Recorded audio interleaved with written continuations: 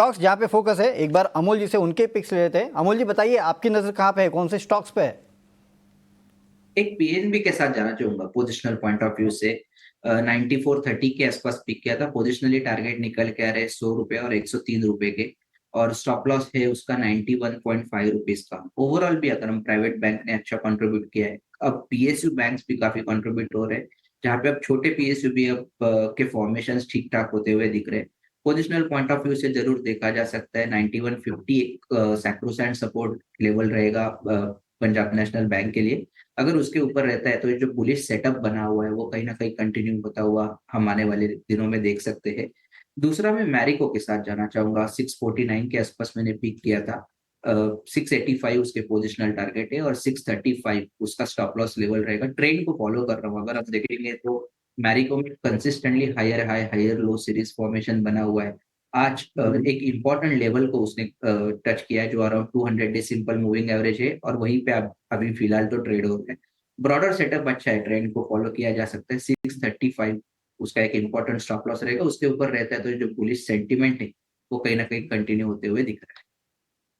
तो ये है राय मैरिको 685 के लक्ष्य के लिए यहां पर खरीदारी करने की आपको सलाह। एफएमसीजी का बहुत ही अग्रणी प्लेयर। कुछ और स्टॉक्स को भी अपने रडार पर ले आते हैं और लेकर आइए जरा बीएसई लिमिटेड।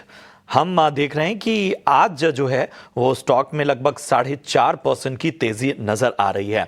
हालांकि हमने देखा है कि ये जो स्टॉक है वो 5100 तक के जो लक्ष्य है वहां तक पहुंचा, और उसके बाद से एक गिरावट वाला फेज इसने लगातार देखा और लगभग 9-9.5% ये गिरा। लेकिन आज जो मोमेंटम है, एक वक्त पे हमने पिछले दिनों देखा कि 4800 भी टेस्ट किया था इसने, अब जो है वो 4600 के ऊपर 4700 तक ये मार्च करता हुआ बीएसई लिमिटेड।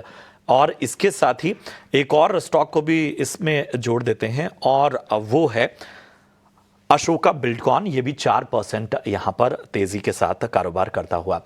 तो अमोल जी, सबसे पहले बीएसई लिमिटेड पर राय दीजिए, उसके बाद अशोका बिल्डकॉन को भी अपने रडार पे लाइए। जी बिल्कुल। अगर बीएससी अगर हम देखते हैं तो एक इंटरेस्टिंग फॉर्मेशंस में अगर 20 डे सिंपल मूविंग एवरेज को सपोर्ट लेके आज स्टॉक ने बाउंस बैक किया है। वही ऑन द हायर साइड अगर हम देखते हैं तो 50 डे सिंपल मूविंग एवरेज के नीचे कंफर्टेबली ट्रेड हो रहा है। मुझे लगता है ये सेटअप बता रहा है कि एक पुल बैक है, बट एक नॉन डायरेक्शनल मूवमेंट होने के कारण ऊपरी लेवल पे दबाव भी काफी देखने को मिल रहा है। यही मुझे लगता है फॉर्मेशन कंटिन्यू रहा तो 4900 एक इंपॉर्टेंट रेजिस्टेंस जोन का काम करेगा बीएससी के लिए। वेराज 4400 या फिर 20 डे सिंपल मूविंग एवरेज जो नीचे में है, वो एक सैक्रोसेंट सपोर्ट लेवल का काम करेगा। जब तक ये रेंज के अंदर है, एक नॉन डायरेक्शनल मोमेंटम कंटिन्यू होता हुआ दिख रहा है। अगर 20 डे सिंपल मूविंग एवरेज के नीचे अगर स्टॉक ट्रेड होता है तो कहीं ना कहीं सेलिंग प्रेशर बढ़ता हुआ देखने को मिल सकता है। फिलहाल आज जरूर 4% ऊपर है, बट मुझे लगता है कि रेंज बाउंड टेक्सचर है वो कहीं ना कहीं आने वाले दिनों में भी कंटिन्यू होते हुए हम देख सकते हैं।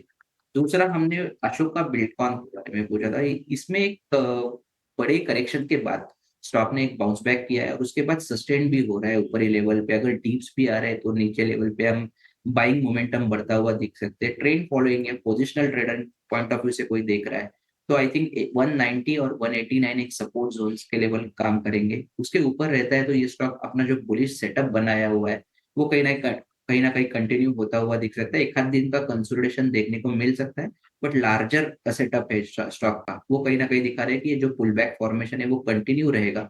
ऑन द हायर साइड यही सेटअप कंटिन्यू रहता है तो स्टॉक कहीं ना कहीं 50 डेज सिंपल मूविंग एवरेज जो 215 के आसपास आता है वहां तक जाते हुए हम देख सकते हैं। तो अशोका बिल्डकॉन पर नजरिया पॉजिटिव, 215 तक के जो है वो लक्ष्य हासिल हो सकते हैं। स्टॉप लॉस 189 का यहां पर आपको रखना है। चलिए अमोल जी, जरा कुछ और